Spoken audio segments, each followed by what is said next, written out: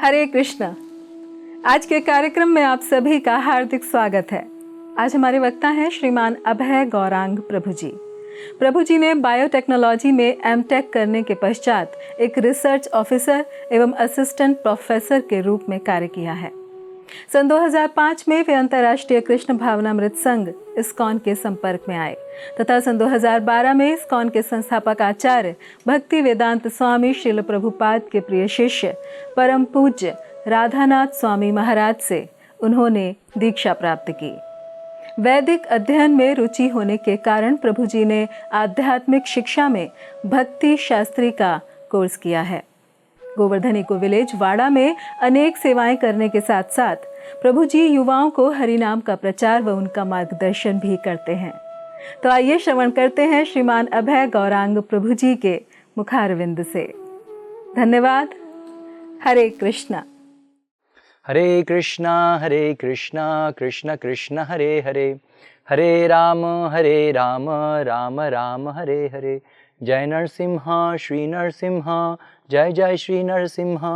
प्रह्लादेशा जया पद्मा मुखा पद्मा भृंगा। हरे कृष्णा। तो हम प्रहलाद महाराज की प्रार्थनाओं पर चर्चा कर रहे हैं। पिछले चर्चा सत्र में हमने देखा किस तरह प्रहलाद महाराज भगवान नरसिम्हदेव को प्रार्थना कर रहे हैं कि भगवान आप ही इस सभी सृष्टि के सृजन करता, पालन करता और संहार करता है।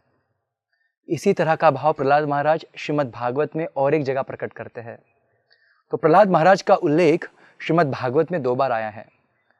यह जो पूरी कथा है नरसिंह भगवान और प्रहलाद महाराज के बीच जो आदान प्रदान हुआ है, यह श्रीमद् भागवत के 7वें स्कंद में आती है। उसके पूर्व जो श्रीमद् भागवत का 5वां स्कंद है, यहाँ पर जब पूरे द्वीपों का वर्णन आया है, अलग वर्षों का वर्णन आया है, तो वहाँ पर हरिवर्ष में प्रहलाद महाराज नरसिम्हदेव को प्रार्थना करते हैं।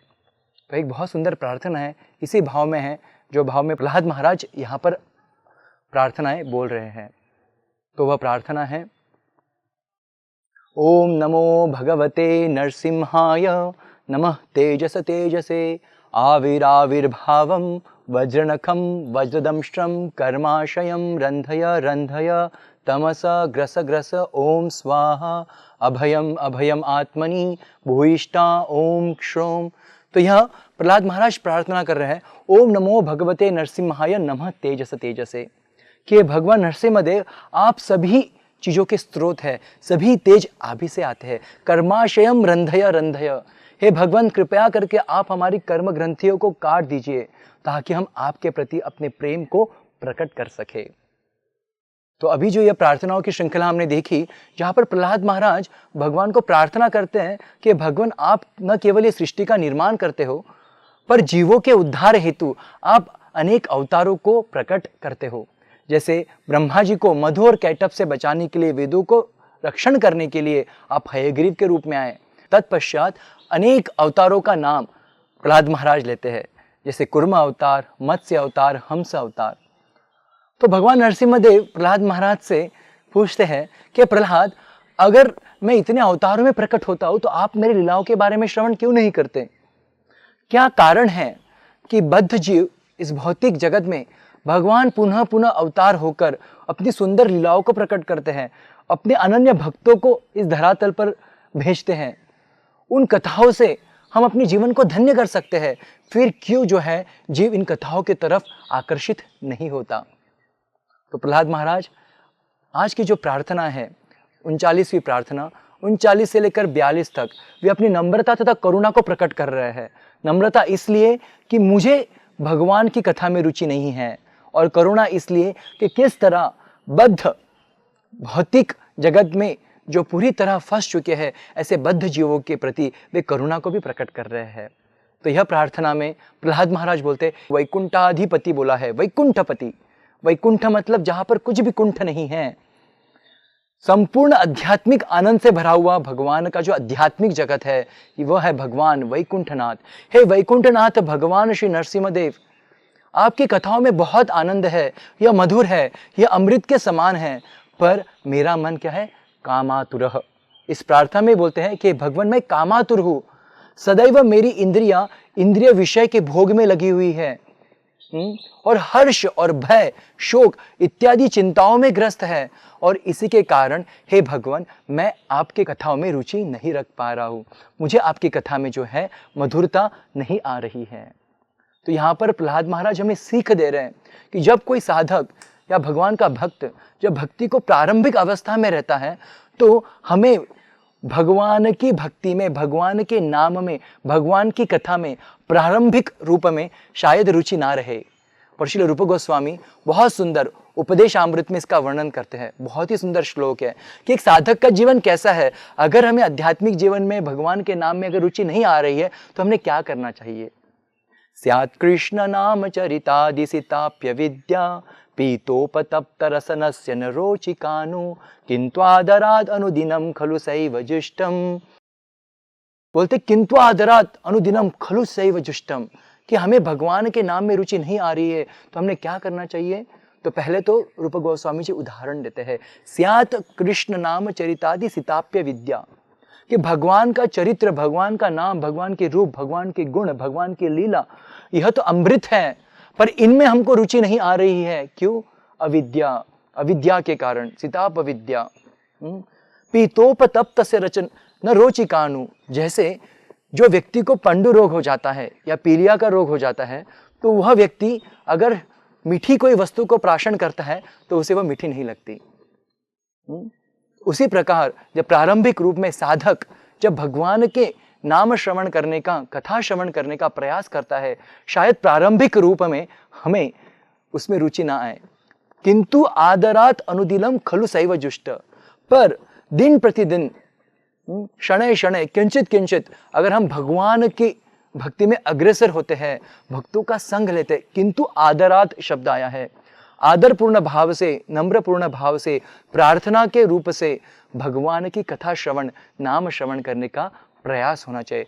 तद्गद मूल हंत्री, उस तरह हम हमारे हृदय को जो है कल्मशों को नाश कर सकते हैं। तो इसीलिए प्रहलाद महाराज यहाँ हमें सीख दे रहे, वे खुद तो भगवान के परम भक्त हैं, महाभागवत है, महाजन है, पूरी तरह श्रीमद् भागवत का रसपान कर चुके हैं, पूरी तरह भगवान के प्रेम से ओतप्रोत है, फिर भी वह यह सीख दिखा रहे हैं, अपने हृदय की नम्रता को प्रकट कर रहे हैं। भौतिकवादी लोग इतना इंद्रिय तृप्ति करते हैं फिर भी वे इंद्रिय तृप्ति से संतुष्ट नहीं होते। भक्त का भी जीवन कुछ इसी प्रकार है, वे इतनी हरि कथा को सुनते हैं फिर भी उनके हृदय में कभी भी संतुष्टि नहीं आती। क्यों? क्योंकि वे बार बार कथा को श्रवण करना चाहते हैं। श्रील रूप गोस्वामी बहुत ही सुंदर एक श्लोक लिखते हैं जिसे जानकर भगवान श्री चैतन्य महाप्रभु भी बहुत प्रसन्न होते हैं। बहुत ही सुंदर श्लोक है भगवान के नाम के प्रति, कि किस तरह जब भक्त को भगवान के नाम के प्रति प्रेम प्राप्त होता है तो उसका क्या भाव होता है। बहुत ही सुंदर श्लोक है। श्रील रूप गोस्वामी लिखते हैं, तुंडे तांडवनी रतिम वितनुते तुंडावली लब्धये कर्ण क्रोड कदम्बिनी घटयते कर्णार्बुदे स्पृहा चित्तः प्रांगण संगिनी विजयते सर्वेन्द्रियाणां कृत नो जाने जनिता किमदभिर कृष्णेति वर्णद्वयस्। बहुत ही सुंदर श्लोक है। तो यहाँ पर गोस्वामी कहते हैं, तुंडे तांडवनी रतिम वितनुते तुंडावली लब्धये, हे भगवान मैं जब आपके जो दो अक्षर है नाम के कृष्ण, जब यह वर्णन करता हूँ, इसे मैं बोलता हूँ तो क्या होता है, मुझे ऐसा लगता है कि मुझे हजारों कर्ण होने चाहिए। क्यों? क्योंकि इन हजारों कर्णों से मैं भगवान का नाम श्रवण करना चाहता हूँ। तुंडे तांडवनी रतिम वितनुते, जब वो रति आती है तो मैं अनेक जिह्वाओं को इच्छा करता हूँ। अगर मुझे अनेक जिह्वाएं होगी तो अनेक जिह्वाओं से मैं भगवान के नाम को बोलूंगा, और अनेक कर्णार्बुद, मिलियंस ऑफ ईयर्स, करोड़ों कान मुझे होने चाहिए। क्यों? जब भगवान का नाम हम कर्णों द्वारा सुनते हैं और वह हमारे हृदय भीतर जाता है, चित्त प्रांगण संगिनी विजयते, उसके द्वारा जो है सारे हमारे इंद्रिय शमन हो जाते हैं और भगवान के प्रेम में लग जाते हैं। चित्तः प्रांगण संगिनी विजयते। आगे कहते नो जाने जनिता की मदबीर, हे भगवान मैं ये नहीं जानता कि आपके नाम में कितना रस है।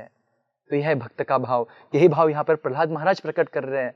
वे स्वयं भगवान की कथा सुनने में इतनी रुचि रखते हैं, फिर भी नम्रता पूर्वक, क्योंकि जितना श्रवण कर रहे हैं उतनी और उनकी इच्छा है श्रवण करने की, और वे यहाँ पर खुद की नम्रता को और दीनता को प्रकट कर रहे हैं। हे विकुंठनाथ, मैं तो कामातुर व्यक्ति हूँ, मैं तो पूरी तरह हर्ष, शोक और भय इत्यादि से भरा हुआ हूँ, मुझे आपकी कथा में जो है कुछ भी रुचि नहीं है।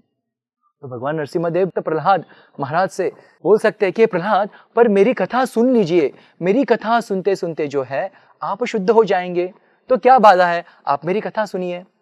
प्रहलाद महाराज आगे कहते हैं बहवः पत्न्याः, हे भगवान, ये जो 40वां श्लोक है इसमें प्रहलाद महाराज अपनी इंद्रियों को अनेक पत्नियों से तुलना करते हैं और मन को पति से। वे नरसिंहदेव से प्रार्थना करते हैं, हे भगवान नरसिम्हदेव, मेरी जो इंद्रियां है यह मुझे भिन्न भिन्न दिशाओं में खींच रही है। मेरी जो अवस्था है किस तरह है, जैसे किसी एक पुरुष की अनेक पत्नियां हो। चैतन्य चरितामृत में भी बहुत सुंदर इसका उल्लेख है। महाप्रभु कहते हैं जीवेर लालसा यही इति उतिधाय शिष्णोदर परायण कृष्ण नहीं पाए। जैसे एक इंद्रिय के बारे में बोला है जिह्वेर लालसा, अगर हम केवल जिह्वा के पीछे मुझे अच्छा कहाँ खाने मिलेगा, या व्यर्थ की बातचीत करना, ये जिह्वा की लालसा है। प्रजल्प करना या फिर अन्य भोग वस्तुओं को आस्वादन करने की केवल इच्छा रखना, जिह्वेर लालसा, उस लालसा के कारण इधर उधर हमारा मन भागता है, कहाँ मुझे अच्छा पदार्थ मिलेगा, कहाँ मुझे अच्छा पदार्थ खाने मिलेगा। जिह्वेर लालसा इति उतिदाय शिष्णोदर परायण कृष्ण नहीं पाए। केवल वो पेट परायण है, कृष्ण परायण नहीं है, उसे कृष्ण की प्राप्ति नहीं हो सकती। इस तरह प्रहलाद महाराज बोल रहे हैं मेरे जो आंख है कुछ सुंदर दृश्य देखने की इच्छा करते हैं, मेरे जो कर्ण है कुछ भौतिक संगीत को सुनने की इच्छा कर रहे हैं, मेरी जो जिह्वा है कुछ विशेष व्यंजन खाने की इच्छा कर रही है, मेरा जो स्पर्श है कुछ भौतिक स्पर्श की इच्छा कर रहा है। इस तरह भगवान मेरी सारी जो इंद्रियां है ये बहवः पत्नी, अनेक पत्नियों के समान है, और मेरी अवस्था उस पुरुष के जैसी है जो पुरुष अनेक स्त्रियों द्वारा प्रताड़ित किया जाता है। क्यों? क्योंकि अनेक इच्छाओं को वे प्रकट कर रही है और सबकी इच्छाओं को मैं पूर्ति करने में इतना व्यस्त हूं कि हे भगवान मुझे आपकी कथा करने के लिए समय ही नहीं है। देखिए कितना सुंदर भाव प्रहलाद महाराज प्रकट कर रहे हैं। यह है प्रहलाद महाराज इतनी विनम्रता से एक साधक को यह सीख दे रहे हैं कि किस तरह हम हमारे अनियंत्रित मन तथा अनियंत्रित इंद्रियों द्वारा जो है भगवान से दूर खींचे जा सकते हैं। इसका विरुद्ध उदाहरण श्रीमद् भागवत में आता है। भगवान के बहुत ही एक श्रेष्ठ भक्त अम्बरीश महाराज, जिनकी कथा श्रीमद् भागवत के 8वें स्कंध में आती है, वे बहुत सुंदर अपनी सारी इंद्रियों को जो है भगवान की सेवा में लगाते हैं। कर्ण जो है कथा सुनने में, तो बहुत सुंदर वो एक श्लोकों की श्रृंखला में प्रकट करते हैं कि किस तरह मैं सारे जो इंद्रियां हैं वह भगवान की सेवा में लगाना चाहता हूँ। तो इस भौतिक दुनिया में हम देखते हैं किस तरह हमारा मन और इंद्रिय जो है हमें भौतिक विषयों की तरफ आकर्षित कर रहा है। इसका विरुद्ध अगर हम देखेंगे तो उदाहरण श्रीमद् भागवत के 9वें स्कंद में अम्बरीश महाराज की कथा में आता है। अम्बरीश महाराज कहते हैं सवै मनः कृष्ण पदारविंदयो वाचांसि वैकुंठ गुणानुवर्णने श्रुतिम चकाराच्युत सत्कथोदये। बोलते सवै मनः कृष्ण पदारविंदयो, मेरा जो मन है सदैव कृष्ण की कथा में रममाण हो। सवै मनः कृष्ण पदारविंदयो वाचांसि वैकुंठ गुणानुवर्णने, मेरी जो जिह्वा है वो सदैव भगवान के गुणों को वर्णन करने में हो। श्रुति चकाराच्युत सत्कथोदये, मेरे जो कर्ण हैं उनके द्वारा मैं सदैव भगवान की कथाओं को श्रवण करूं। मुकुंद लिंगालय दर्शनम दृश्यो, और मेरी आंखें भगवान के दर्शन और भगवान के मंदिर जाने के लिए, भगवान के सुंदर दर्शन लेने के लिए। मुकुंद लिंगालय दर्शनम दृश्यो, और पादो हरे क्षेत्र पदानुसर्पणो, मेरे जो पैर हैं उनका उपयोग केवल भगवान के मंदिर में जाने के लिए। शिरो ऋषिकेश पदाभिवंदनम, और मैं मेरे सिर के द्वारा भगवान को दंडवत करता हूँ। ऐसे अनेक अपने इंद्रियों को, अपने शरीर को जो है भगवान की सेवा में लगा रहे हैं। फिर यहाँ पर प्रहलाद महाराज बताते हैं अगर हम भौतिकता से ग्रस्त हैं तो हमारी सारी इंद्रिय जो है अनियंत्रित है, पर वही अगर हम इन इंद्रियों को भगवान की सेवा में लगाते हैं तो हम भक्ति में अग्रसर हो सकते हैं। तो हमने यह 2 श्लोक देखे। इस तरह प्रहलाद महाराज बोल रहे कि विकुंठनाथ मेरे इंद्रिय अनियंत्रित है और यह अनियंत्रित इंद्रिय बहवह पत्नी के समान है जो मेरे मन को क्षुब्ध कर रहे हैं। आगे प्रहलाद महाराज बहुत ही सुंदर प्रार्थना करते हैं, हे भगवान नरसिंहदेव, मैं तो आपकी कथा सुनकर इस भवसागर को पार कर लूंगा, पर मुझे बहुत ही करुणा उत्पन्न होती है कि किस तरह इस भौतिक दुनिया में जो लोग हैं इंद्रिय सुख के पीछे लगे हुए हैं। हंतेति पारचर पिप्रुहि मूढ़मतय।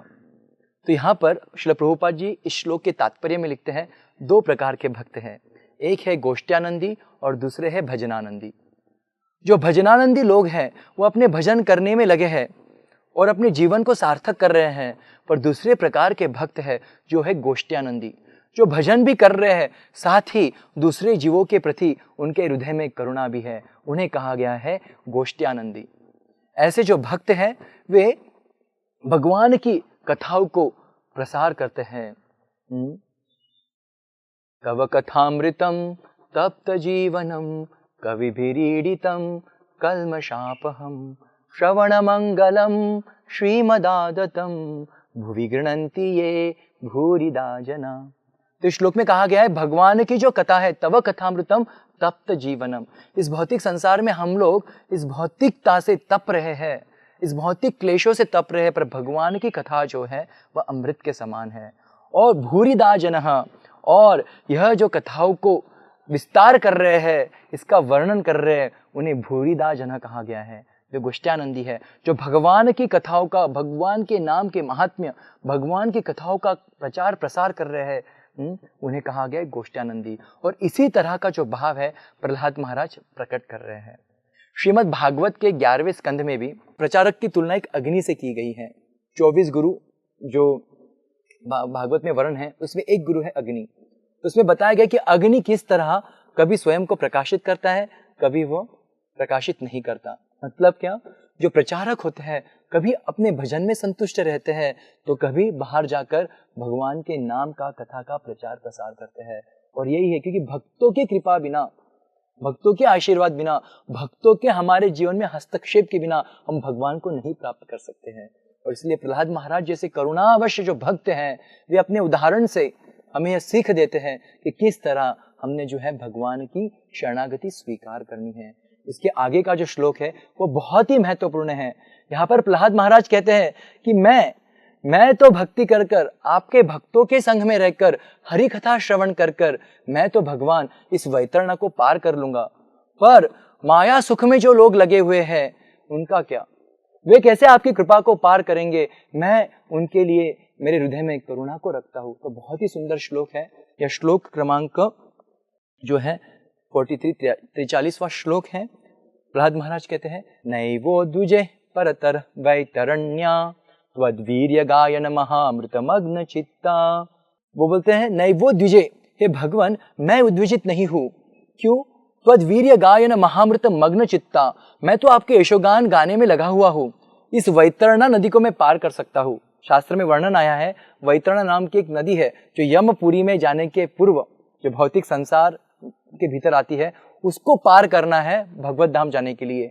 तो प्रहलाद महाराज बोल रहे हैं वैतरण्य त्वद्वीर्य गायन महामृत मग्न चित्ता, मैं तो आपके गुणगान में सदैव लगा हूँ, मैं तो ऐसे ही इसको पार कर सकता हूँ। फिर मेरा दुख क्या है?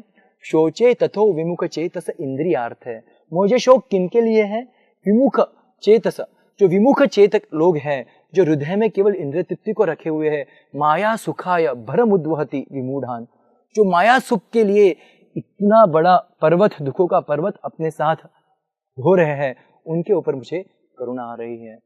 गीता में भी भगवान श्री कृष्ण बोलते हैं भोग ऐश्वर्य प्रसक्तानाम माया अपृत चेतसाम व्यवसायात्मिका बुद्धि समाधौ न विद्यते।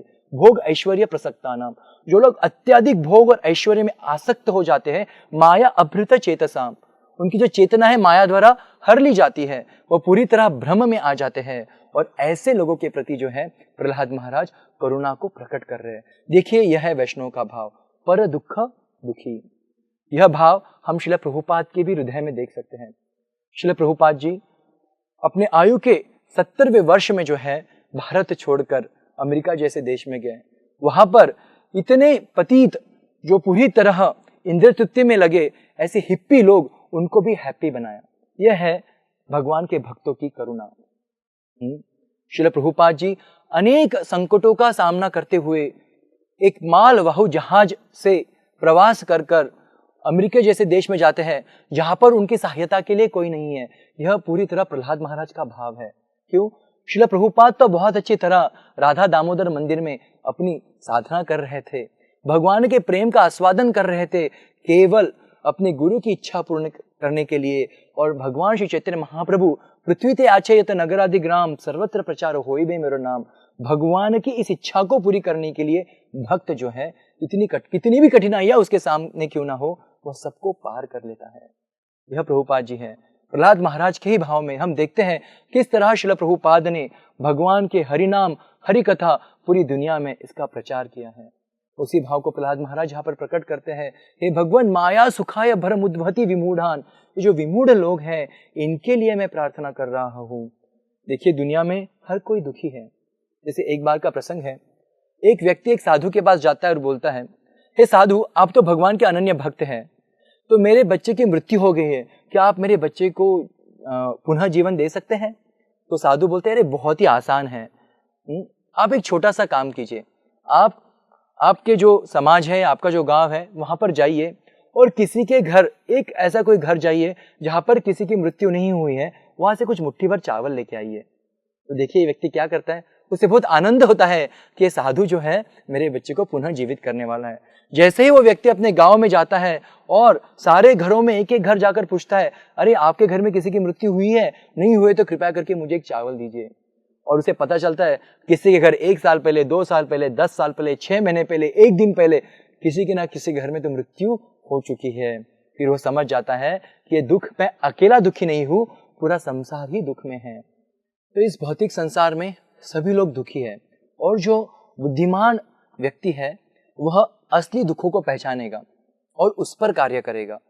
इसीलिए भगवद गीता में भगवान श्री कृष्ण कहते हैं, जन्म मृत्यु जरा व्याधि दुख दोषानुदर्शनम। हमें क्या लगता है मृत्यु शोक का कारण है, या हमें कोई बीमारी आ जाती है वही केवल दुख का कारण है? नहीं, जन्म मृत्यु जरा और व्याधि ये सारे हमारे दुख के कारण हैं। जन्म भी दुख का कारण है। क्यों? इस भौतिक संसार में हमें पुनरपि जननम पुनरपि मरणम पुनरपि जननी जठरे शयनम, यह बहुत बड़ा दुख है। इस जन्म मृत्यु के चक्कर में जो है हम अनंत काल से दुख भोग रहे हैं, और जो बुद्धिमान व्यक्ति है वो इन दुखों से बाहर जाने का प्रयास करेगा। इसलिए प्रहलाद महाराज बोलते हैं, माया सुखाय भरम उद्वहति विमूढ़ान। ऐसे विमूढ़ लोग जो अपने सही दुख को जो है भूल चुके हैं और माया सुख के पीछे लगे हैं, ऐसे लोगों के लिए भगवान मैं प्रार्थना करना चाहता हूँ, कृपया करके आप उन्हें आपकी भक्ति को दीजिए। चैतन्य चरितामृत में बहुत सुंदर ऐसा एक प्रसंग आता है जहां पर भगवान के एक बहुत ही सुंदर भक्त श्रीधर कोलावेचा भगवान के ऐसे अनन्य भक्त थे। भौतिक रूप से उनके पास कुछ ऐश्वर्य नहीं था, उनका व्यवहार था, वो अपनी जीवन को यापन करते थे केवल कुछ केले के पत्तों को बेचकर। उससे जो भी कुछ आय आती थी उसका आधा तो वो गंगा पूजा के लिए ही देते थे, और बहुत ही विकट परिस्थिति में अपने जीवन को जी रहे थे। उनकी एक छोटी सी कुटिया थी और वहीं पर वो भगवान का सदैव नाम संकीर्तन करते थे और संतुष्ट थे। चैतन्य महाप्रभु सदैव उनसे आकर कुछ दाम कम करने के लिए कहते थे। श्रीधर कोलावेचा उससे बहुत प्रसन्न होते थे। तो जब महाप्रकाश लीला महाप्रभु करते हैं और सभी को कुछ वर मांगने के लिए कहते हैं, तो श्रीधर कोलावेचा को कहते हैं, हे श्रीधर, मांगिए आपको क्या चाहिए, क्या मैं आपको राजा बनाऊं? श्रीधर कोलावेचा बोलते हैं, भगवान मेरे लिए चींटी और राजा सब एक समान है, तो मैं आपको कुछ बहुत अच्छा भौतिक ऐश्वर्य दूंगा। बोलते नहीं भगवान, मुझे कोई ऐश्वर्य नहीं चाहिए, तो आपको क्या चाहिए? तो वे बोलते हैं, भगवान आप इसी तरह सदैव मेरे साथ आकर यह आदान प्रदान कीजिए, इसी से जो है मैं संतुष्ट होऊंगा। तो भगवान के जो भक्त हैं सदैव भक्ति में रत होते हैं, पर जो माया सुख को ढो रहे हैं वे लोग सदैव उनका जो मन है वह असंतुष्ट रहता है। तो आज हमने चर्चा की किस तरह प्रहलाद महाराज अपनी नम्रता और करुणा को प्रकट कर रहे हैं। सर्वप्रथम नम्रता को प्रकट किया, किस तरह हे विकुंठनाथ मेरी इंद्रिय अनियंत्रित है, मैं आपकी कथा को नहीं सुन सकता। क्यों? क्योंकि मेरे सारे इंद्रिय जो है इंद्रिय वस्तुओं की तरफ आकर्षित हो रहे हैं और कथा सुनने के लिए तो समय ही नहीं है। तत्पश्चात वे बोलते हैं कि भगवान आप तो अखिल गुरु है, आप सभी को तार सकते हैं। फिर प्रहलाद महाराज कहते हैं भगवान मैं तो हरि कथा सुनकर खुद को पार कर लूँगा, पर मेरे हृदय में करुणा है कि ये जो माया सुख में लगे हुए लोग हैं, कृपया करके आप उन पर भी करुणा कीजिए। क्यों? क्योंकि प्रहलाद महाराज यहाँ पर दुख दुखी या वैष्णव स्वभाव को प्रकट कर रहे हैं। ऐसी बहुत सुंदर प्रार्थनाएं प्रहलाद महाराज कर रहे हैं। अगले चर्चा सत्र में हम देखेंगे इसी भाव को कि किस तरह प्रहलाद महाराज के हृदय में करुणा है और वो किस तरह बाकी सभी बद्ध जीवों के लिए प्रार्थना कर रहे हैं, और तत्पश्चात वे अपनी प्रार्थनाओं को विराम देते हैं कि किस तरह भगवान की भक्ति है वह सर्वोत्तम है। तो यह दो जो विषय है हम अगली चर्चा सत्र में इस पर चर्चा करेंगे। बहुत बहुत धन्यवाद। हरे कृष्णा। ऐसे ही और भक्तिमय कार्यक्रमों के लिए देखिए हरे कृष्णा टेलीविजन। इसे प्राप्त करने के लिए आप अपने केबल अथवा DTH ऑपरेटर से संपर्क करें तथा और अधिक जानकारी के लिए आज ही डायल करें 8767 845 845।